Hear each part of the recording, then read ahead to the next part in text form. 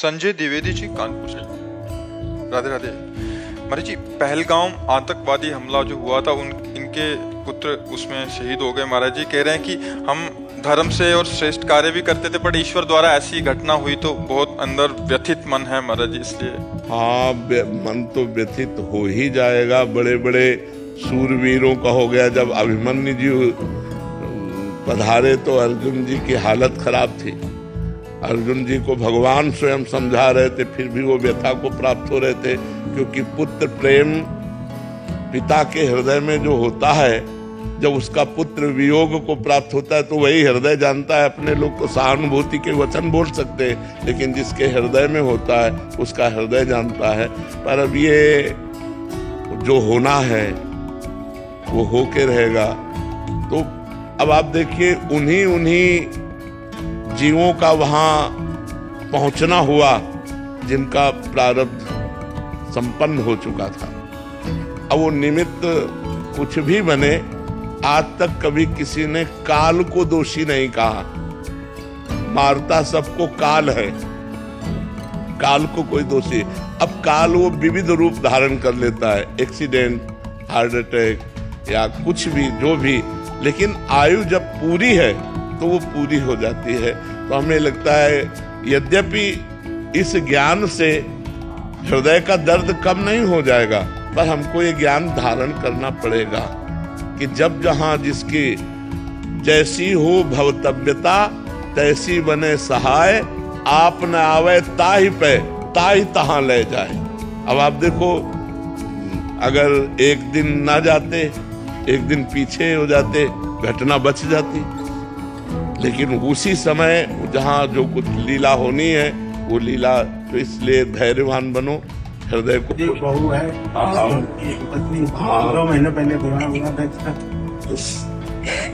नहीं, हम व्यथित हैं। हम भी कई दिन तक व्यथित रहे जब ये घटनाएं सुनी ना, कई दिन तक। तो आप तो वहाँ उपस्थित होगी।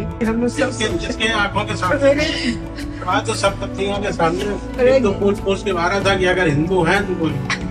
इसके बगल में सब पूरा ब्लड से नहा गए थे।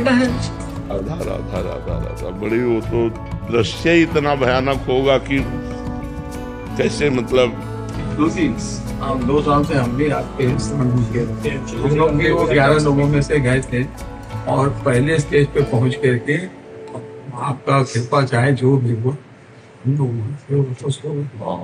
साथ में हम भी थे, लेकिन हम आधे रास्ते से लौट आए थे। हमें अच्छा नहीं लग रहा था वहाँ जाने में, तो हमने कहा बैठे बेटा तुम लोग क्या आने। अब तो धैर्य धारण करना पड़ेगा बच्चा, वो तो।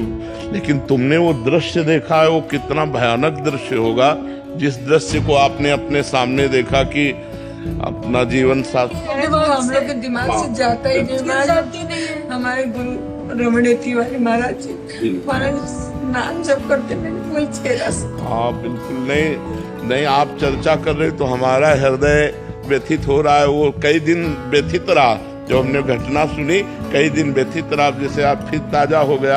आप तो दृश्य देखे हैं, और आपके तो पति गए हैं, पुत्र गए हैं, अपने लोग तो केवल सुनकर तो भी हृदय व्यथित हो जाता है। पर आपको धैर्यवान बनना चाहिए। हम लोग का मन बहुत नहीं, अब धैर्यवान बनो। रोने से या व्यथित होने से, डिस्टर्ब होने से अब हाथ तो कुछ लगेगा नहीं। अपना स्वास्थ्य कमजोर होगा, अपना चिंतन बिगड़ेगा। इसलिए नाम जप करो, धीरे धीरे इस दुख को हटाने की कोशिश करो। यद्यपि बहुत कठिन है, हम फिर भी कह रहे हैं बहुत कठिन है। बड़े बड़े धर्मात्मा पुरुष व्यथित हो गए हैं इन कार्यों में। भगवान का 14 वर्ष का जीव ही वनवास का कैकेयी जी ने दृढ़, तो भगवान के वियोग में दशरथ जी के प्राण चले गए। हा राम कह करके अपने प्राण। तो ये पुत्र प्रेम, जब लक्ष्मण जी को वो वीर घातनी शक्ति लगी तो राम जी चिल्ला के रो रहे थे कि अगर मैं ऐसा जानता तो पिता के वचन न मानता। तो भ्रातृ प्रेम, पुत्र प्रेम, ये ऐसे प्रेम है जो हमारे हृदय को व्यथित कर देते। पर हम भगवान से मनाएंगे कि आप लोगों को धैर्य दे, आप लोगों को सुख प्रदान करें और आप सुख पूर्वक जिए। आप इस तरह के चिंतन में अगर और बढ़ते चले गए तो डिप्रेशन में पहुंच जाएंगे, परेशान हो जाएंगे। अब थोड़ा हिम्मत कीजिए, धैर्य कीजिए। हमें भी हृदय से व्यथा है, पर अब उस व्यथा की पूर्ति कर नहीं सकते। अब वो ऐसी कोई सामान तो है नहीं जो बाजार से लाके दी जा सके। एक बार जो आकृति मिट गई, वो सृष्टि में दोबारा चाहे लाख कोशिश करो वो मिलने वाली नहीं है। अब वो पुत्र मिलने वाला नहीं, चाहे हम तुम दिन भर बैठकर रोएं या दिन भर बैठकर भगवान से प्रार्थना करें, अब वो दोबारा नहीं आ सकता। तो हमें चाहिए धैर्य पूर्वक नाम जप करें और अपने हृदय को संतुष्ट करें। भगवान की बड़ी विचित्र लीला है, बड़ी विचित्र लीला है, मतलब इसमें कुछ कहा नहीं जा सकता है।